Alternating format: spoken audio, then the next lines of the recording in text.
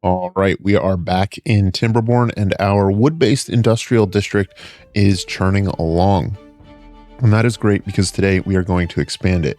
I've been thinking about it over the last couple days, and I think instead of expanding into additional districts, we're just going to be continuing to expand this district into two additional resource types. That's going to be mining and metalworking, as well as Badwater. And that's going to be the emphasis of today's episode, is setting up large-scale metal production as well as large-scale Badwater processing.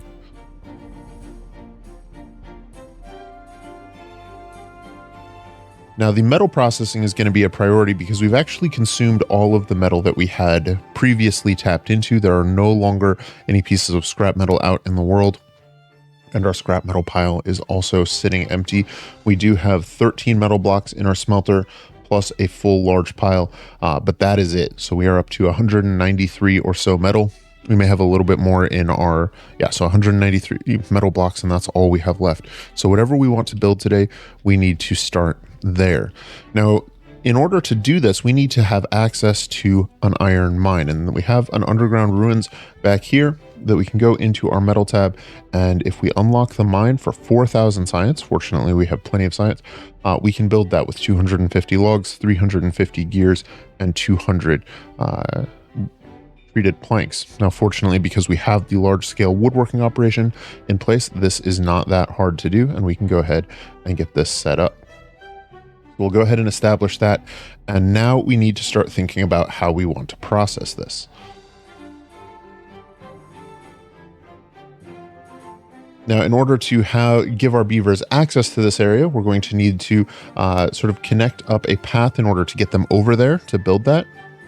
And so what we're going to do is we're going to make use of this path that we had established to build our sort of Badwater overflow reservoir system here, and we're going to extend that across to the mine over there, because we're actually quite close in that regard. So we can go ahead and clear out some of these path blocks and make our way over there to get that built.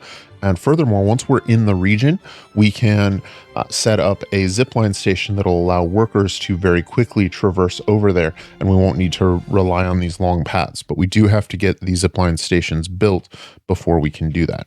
So let's go ahead and start at this zipline station and think about where we're going to want to do the processing for it. I think we can continue expanding our current power generation through this main region, but I think we're going to want a zipline station probably, I think, up here on this larger plateau. And this one will give us room to smelt the blocks. We can set up a couple of smelters so that any metal we get is sort of dropped off here, smelted, and then this is also where metal blocks are stored. And then if we set up a zipline station there that's more or less in a straight line, that will give easy access to our logistics network down below, which we can then, of course, expand to house the metal block storage as well. Let's go ahead and get that set up. And I think in order to do that, I'm going to start by expanding this platform a bit. We're going to build some platforms out here that will allow us to have a little bit more working and living space there. And we can go ahead and mark these resources for destruction, since we aren't going to need to mine them. And I'm not even sure that it is worth taking the time to actually clear them with a lumberjack. You know, it would be nice to get one plank per each of these trees, but I'm not sure that that pays off compared to having our large scale tree farming operation as well. Once those trees are cleared out, we can go ahead and run a short road over here and then set up a zipline station right there. I think will be nice. That will give us plenty of access to this platform area where we can set up our smelters, and then use some of the vertical power shafts to both build up our power supply a little more and connect it up to these smelters we'll be building up on the hill.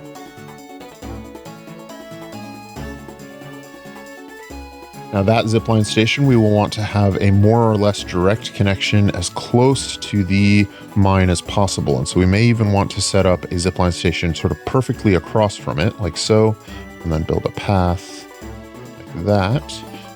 Now, in order to get down there, we will need a road path, so we can set that down and build our pathways along in order to get that zipline station built. But once it is built, these pathways will almost never be used, if they are ever used again.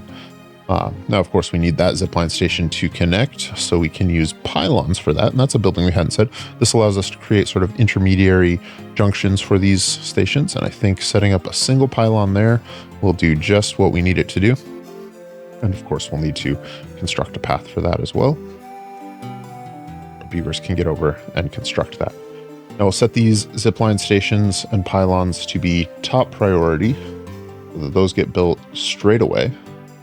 And actually, let's go ahead and just set up another road back here through the back half of this. That'll let us get this zipline station up and running that much quicker.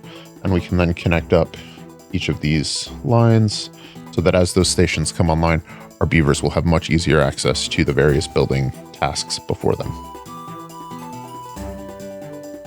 Now, another thing we're going to want to be doing that we can go ahead and start laying the foundation for is tapping this Badwater reservoir here. And that is something that's done with either a Badwater dome or a Badwater rig. Now, a Badwater dome might be useful here. What a Badwater dome does is it allows us to seal the Badwater source and then open and close it at will, including during a drought. That means that we could set up a channel that would allow us to use Badwater during a drought as a power source with water wheels. I think what we're going to want, though, at least for this Badwater source, though, is a Badwater rig, which once built allows us to use beavers to extract Badwater, but stops the flow of Badwater. So we won't have the ability to allow the Badwater to flow anymore, but we will be able to get all of the Badwater we want out of it at a very high rate. So I think that's what we're going to build over here. And then in order to get that built, I think we can set down a platform, and that should give our builders or our beavers access to it. Now that's going to use a ton of metal blocks, and we may not have the metal blocks for that. So we're going to go ahead and make this a low priority while we continue setting up our metal processing system. But if during the downtime our builders are able to deliver the rest of the materials, the gears and treated planks, then as those metal blocks are produced, we'll be able to get that thing built and be ready for our next production step straight away. All right, while our beavers continue constructing that, let's think about how we want to set up our smelters. Now, I think this section here actually fits a smelter very nicely.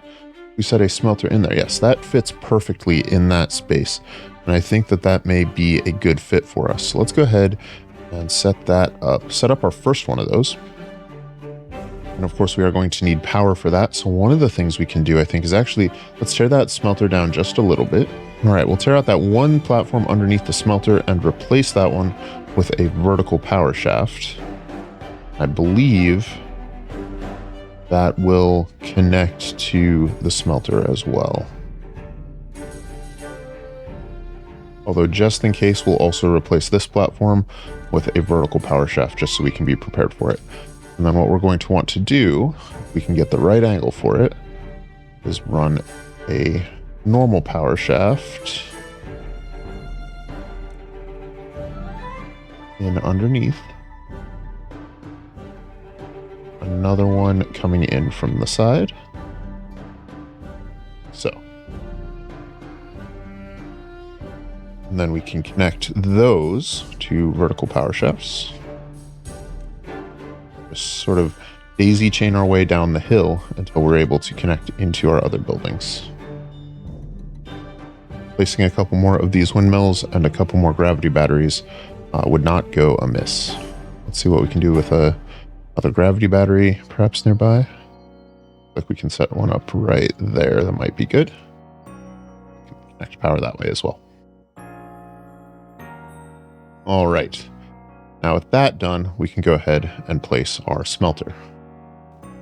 So once this smelter is up and running, we should start producing metal blocks in pretty good order. And now that we have our zip lines done, these roads are a little bit extraneous, but we'll go ahead and leave them intact for now. Now, of course, the other side of this is that mines do take a large number of workers, fully 10 to extract at maximum speed. I don't know that we necessarily need 10, so I think we can probably, let's say we're going to limit this to 5 to start, and then one more for the smelter. So let's go ahead, and then the smelter will need 1 per smelter. I think we'll probably ultimately end up running 3 smelters there. So that gives us 8 additional sort of labor demands. And I think that means we want to have around 50% more than that in terms of housing. So let's set up a couple more triple lodges here that our beavers can live in and have access to. All right, looks like we can do a mini lodge there. Another one there. That'll give us 2 additional houses. And that'll extend our triple lodge enough that we could extend our platforms out this way and set up a couple more houses right on top. Our normal lodges. Have 6 more there. And if we wanted, we could build higher still, but there we go. And then actually, one of the things I think we could do is if we build up some platforms in here, might be able to have another multi-level lodge right up here with some clever stair work there. Let's go ahead and prioritize that platform so we can get that built. And then I think, yeah, we can set up another triple lodge right there as well, and that'll give us 9 more. So that should give us plenty of beavers for all of the expansion we're doing, because we just added in 8 over on this side and 9 more right there. All right, our beavers are injured. We do have a variety of beds. I wonder if we need more. I wonder if just industrial work comes with such a higher chance of injury that we really need to make sure we have plenty of these medical beds, because when the injuries come, they sure seem to come quick. So we'll go ahead and set up another medical bed there, and we can go ahead and do another one over here by our district center. All right, the last thing we're going to need to set up in terms of metal is some storage. So we'll go ahead and set up a underground pile. I think we're going to want to clear out room and put another one right there. For now, let's go ahead and shift this over to and set up one there. One of these will be for metal blocks, and the other will be for scrap metal. So once our mine is constructed, we're moving along nicely on. Then we'll be able to drag the scrap metal over here, and our smelter will turn it into metal blocks, which we can store nearby as well. And I think once we have our Badwater processing set up, we will clear out some of this landscape and be able to flatten this plateau off and expand the sort of height level that we're at and build some more storage there.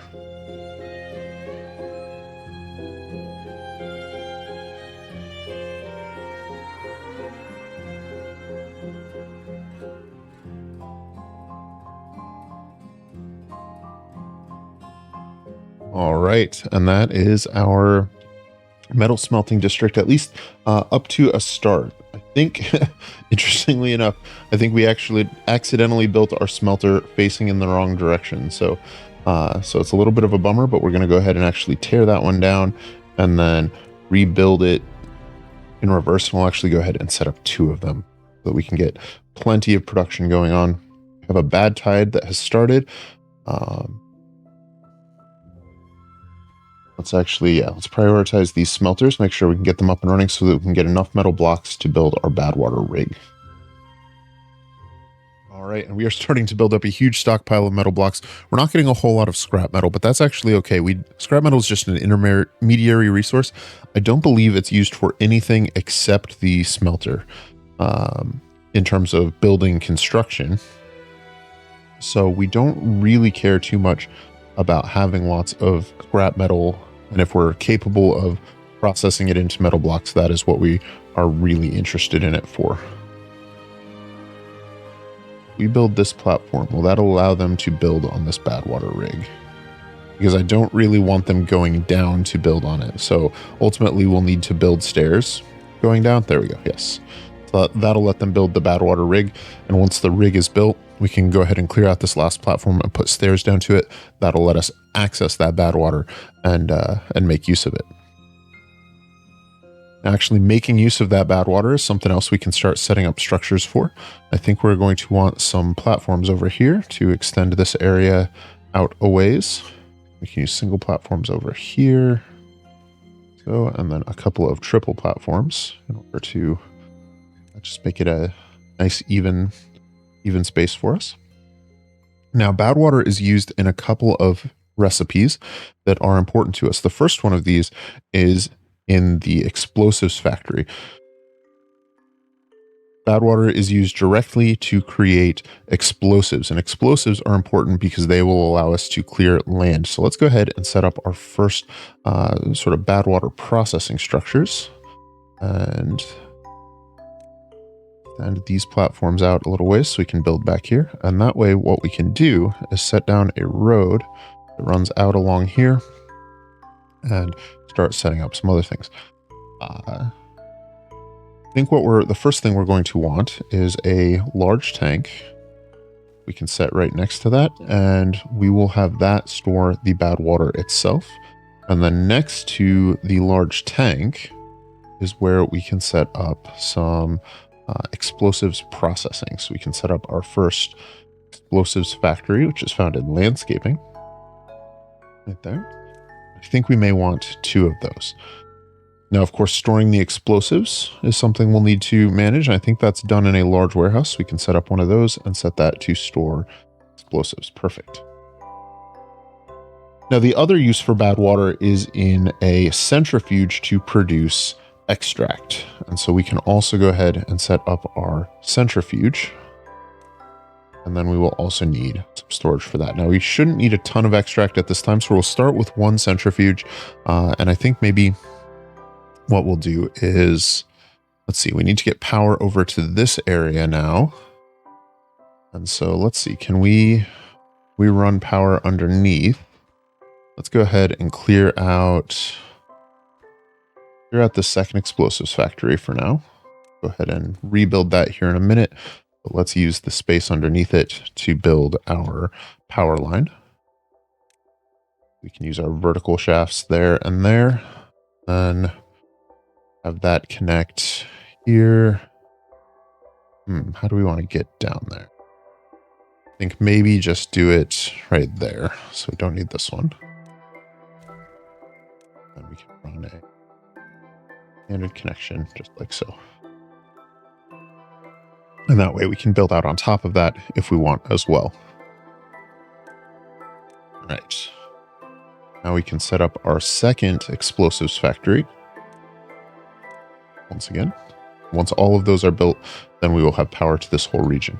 Now the centrifuge will produce extract, which I believe is also stored in a tank. So we can go ahead and set up another tank for that. Set platforms to house that. So. And another large tank. That one we will set to hold extract. Perfect. Now the extract, importantly, is used with the dynamite and with the explosives in order to create the double dynamite or the triple dynamite, which allow us to dig deeper holes faster. It's also going to be used in digging tunnels and in a couple of other things.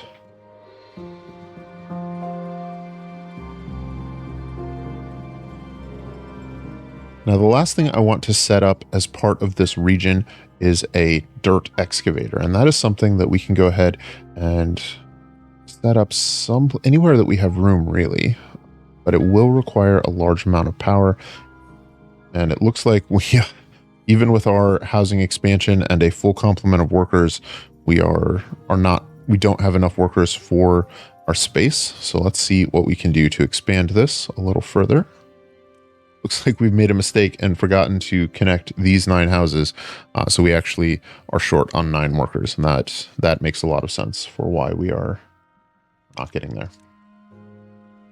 All right, well, that should be more than enough to fill our demand needs, even once our Badwater rig and land excavator are set up and in place. Let's go ahead and get that done, and then we can use explosives to dig out an area for a dirt excavator. And I think actually, since we are going to be using explosives anyways, we can just do that right over here. Let's go ahead and build a ramp up so that we have access to the area and start doing some landscaping. Ah, yes, our Badwater rig is done. Unfortunately, we can't access it because the ladder is there, but we should no longer be seeing Badwater come through here. So now we can set up stairs that will give us access to the Badwater rig. There we go. We're a little low on beavers. Let's go ahead and prioritize that and get a little bit of Badwater extracted. Just enough for us to start doing these explosives. And that should work. And we shouldn't even need very much. In a single workday, we'll produce 120 Badwater. And I believe it's 5 per explosive. Yeah, so 5 per explosive. So that would give us more explosives than we need for this task. So even just there, we can go ahead and deprioritize that until we get more workers.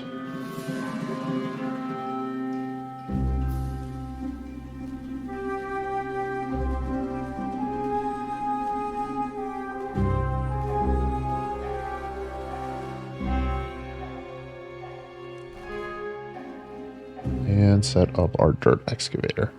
There we go. Now what that dirt excavator will do is give us the dirt that we need for terrain blocks. Now it will take a large number of workers and a fair bit of power, so we will need to run power to it as well.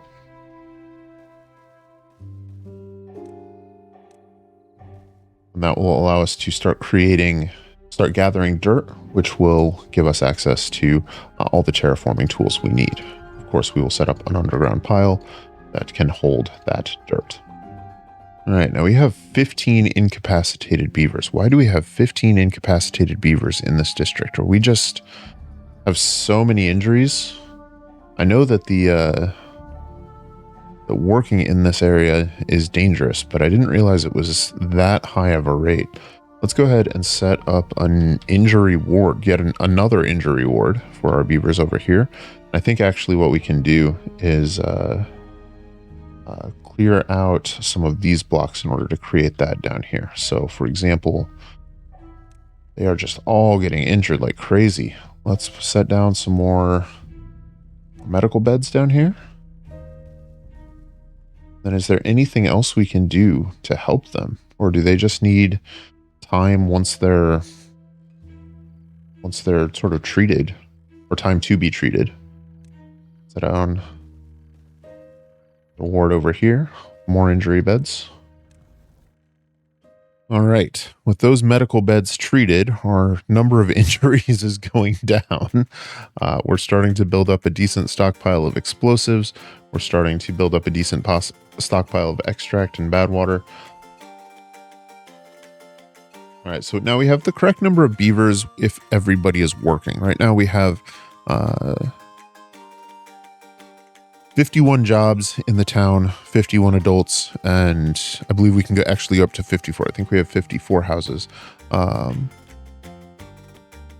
But with so many injuries, we have a lot of vacancies. I'm wondering if we want to go ahead and set up another lodge so that we have workers to buffer against those inefficiencies. Unfortunately, our housing district over here is very full to overflowing. And so I think what we might do is clear out this beaver statue and rebuild that one up above, where it will still cover those sort of core walkways. And then what we can do is, if we can get some dynamite, then what we can do is we can use some of our dynamite to clear out this block. Detonate that. And that will let us put in another triple lodge right down here. And I think with 9 more beavers, we should be able to buffer against that injury pretty well. We may still have a little bit of downtime on some of our buildings, but overall, I think that will serve us well. And that also opens up additional population expansion back if we want to expand the number of workers over here in our industrial district. All right, now that we have metal production up and running, we can go ahead and re-enable the large water tanks. We'd set these up, but we weren't producing metal blocks, and so the production on those stalled. Now that we have large numbers of metal blocks being produced, we can go ahead and import those into Old Town and then process them.